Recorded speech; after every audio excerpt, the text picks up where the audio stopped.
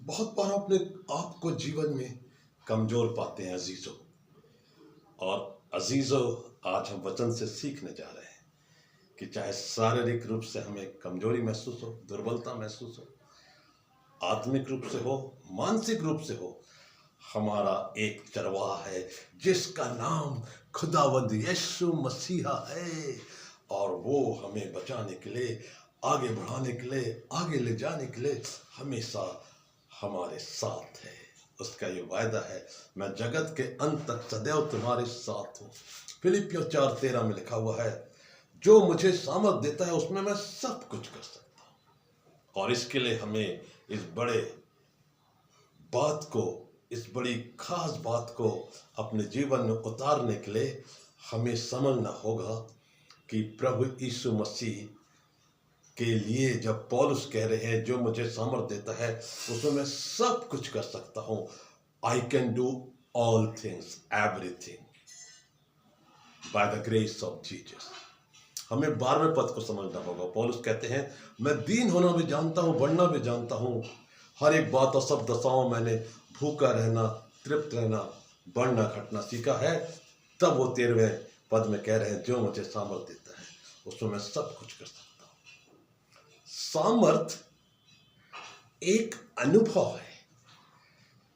हम कमजोर पड़ते हैं तो मेडिसिन लेते हैं, मानसिक रूप से परेशान होते हैं, आध्यात्मिक रूप से परेशान होते हैं तो परमेश्वर का वचन हमारी खुराक बनता है और वो हमें सामर्थ देता है।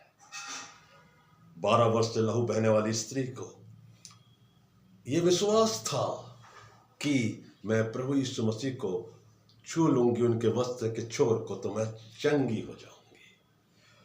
और उसने वस्त्र के आंचल को छुआ और उसने चंगाई को प्राप्त किया। सामर्थ को प्राप्त करने का सबसे पहला जो पाठ है, अनुभव है, वो है प्रभु यीशु मसीह पर विश्वास करना कि जो मैं बोल रही हूं या बोल रहा हूं वैसा हो जाएगा। और प्रभु ने कहा, पुत्री तेरे विश्वास ने तुझे चंगा किया है, कुशल से चली जा। आइए कमजोर इंसान बन के ना रहें, हम दुर्बल बन के ना रहें, मजबूत बन के रहें। एक और शानदार उदाहरण है 2 कुरिन्थियों 12वें अध्याय में और 6, 7, 8, 9 पद में। पौलुस प्रभु से प्रार्थना कर रहे हैं, शैतान मुझे घूंसे मार रहा है, मेरे शरीर में कांटा चुभाया है, प्रभु मेरी विनती को स्वीकार कीजिए। और 3 बार उन्होंने प्रभु से विनती की, लेकिन प्रभु ने कहा, नहीं, मेरा अनुग्रह तेरे लिए बहुत है, क्योंकि मेरी सामर्थ निर्बलता में सिद्ध होती है। What a tremendous answer and explanation। अर्थ ये है कि जो लोग प्रभु यीशु मसीह पर विश्वास करते हैं वो जीवन की कठिनाइयों से नहीं डरा करते, तूफानों से नहीं डरा करते, बीमारियों से नहीं डरा करते, और लड़ते हैं और शैतान के आक्रमण से लड़ते हैं और विजय प्राप्त करते हैं। और इसलिए पौलुस को यह अनुभव परमेश्वर पता दे रहे थे, सिखा रहे थे कि तुझे मैंने एक बहुत बड़े कार्य के लिए चुना है, अन्य जातियों के मध्य में तुझे सुसमाचार सुनाना है और दृढ़ता से सुनाना है, निडरता से सुनाना है, और इस शुभ संदेश को पहुंचाना है कि जगत का उद्धारकर्ता खुदावंद यीशु मसीह है। मैंने अपनी जिंदगी में बहुत से लोगों से मिला, मैंने अपने जीवन में अनुभव किया, और उन्होंने 2 कुरिन्थियों 12वें अध्याय की इस बात को अपने जीवन में कही। कई बार जीवन में आर्थिक समस्याएं, कई बार बीमारियों ने परेशान किया, कई बार शैतान हमारे बनते हुए काम को बिगाड़ देता था। हमें समझ में आता था कि शैतान आक्रमण कर रहा है, लोग हमारे विरोध में थे, बहुत सी समस्याएं हो रही थी, बट इट डिडंट मीन कि प्रभु ने हमें छोड़ दिया। प्रभु हमारे साथ थे और उन्होंने हमें पहले से ज्यादा मजबूत किया, और आज हम मजबूती से खड़े हैं, बड़े से बड़े तूफानों से लड़ सकते हैं, क्योंकि हमारा जहाज का मांझी खुदावंद यीशु मसीह है। जो मुझे सामर्थ देता है उसमें मैं सब कुछ कर सकता हूँ। फाइनेंशियल प्रॉब्लम सॉल्व हो गए, बीमारियां चली गई, शैतान डर गया या पराजित होकर निकल गया, क्योंकि सामर्थ तब आती है जब हम सत्य वचन पर चलते हैं, उसके अनुसार अमल करते हैं। दूसरी बात, विश्वास के बाद सत्य।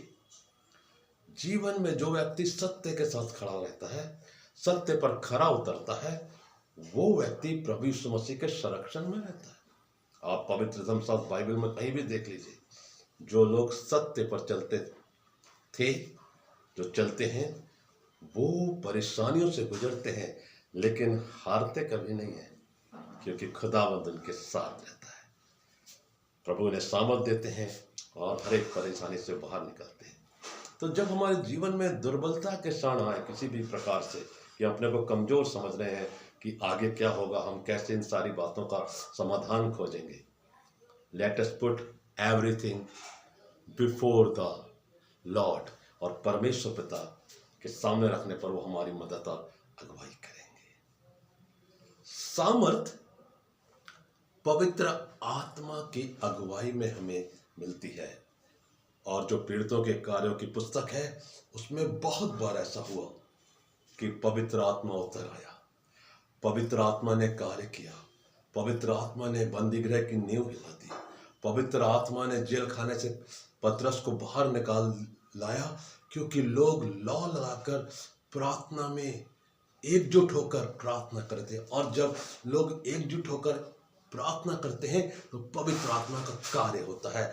आज कलीसियाओं में बहुत जरूरत है कि लोग एकजुट होकर प्रार्थना करें, घरों में एकजुट होकर प्रार्थना करें, बड़े बड़े ग्रुप में एकजुट होकर प्रार्थना करें, क्योंकि प्रार्थना के द्वारा सामर्थ मिलती है।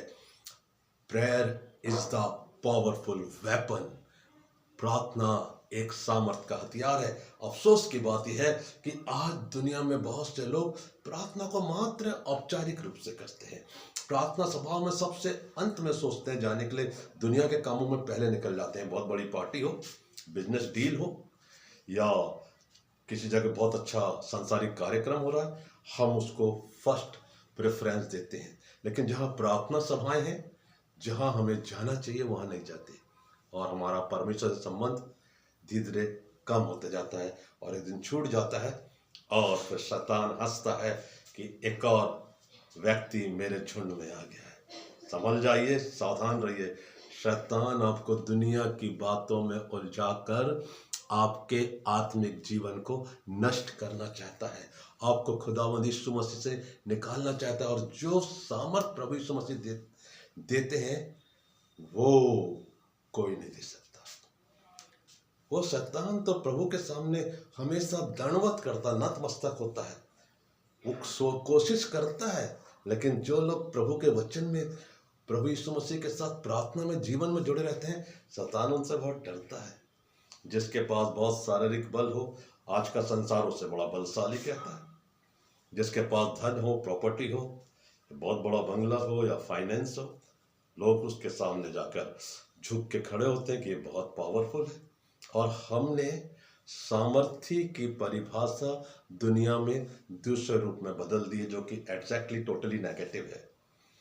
बहुत बड़ा शारीरिक ताकत वाला भी एक दिन कमजोर हो जाता है।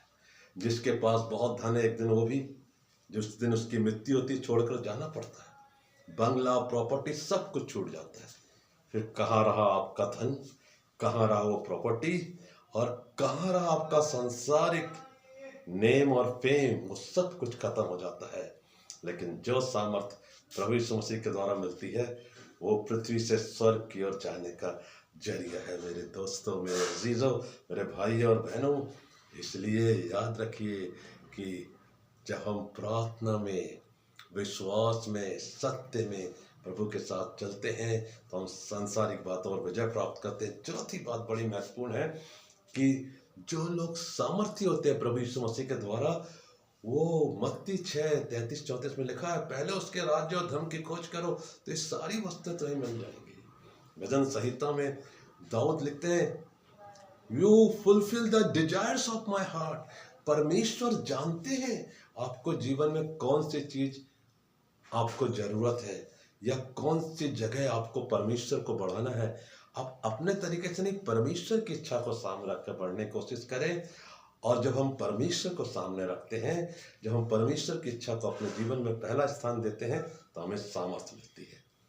चौथी महत्वपूर्ण बात है, जो सामर्थ पौलुस को मिली प्रभु यीशु मसीह के द्वारा, उसने कहा जो मुझे सामर्थ देता है उसमें मैं सब कुछ कर सकता हूँ, क्योंकि उसने अपना जीवन, अपनी इच्छाएं, अपनी योजनाएं, अपनी मिनिस्ट्री का हर एक भाग प्रभु यीशु मसीह के सामने रखा। And he was never disappointed. Disappointments were turned to new appointments. Hallelujah. जब आप प्रभु यीशु मसीह के साथ जुड़े रहते हैं, आपके जीवन में अगर डिसअपॉइंटमेंट्स है, निराशा है, डिप्रेशन है, कठिनाइयां है, God is going to give you new appointments of success. कई लोग सोचते हैं कि शैतान बड़ा शक्तिशाली है। ना, वो तो पहले से हारा हुआ है। याकूब में लिखा है, शैतान का सामना करो भागेगा।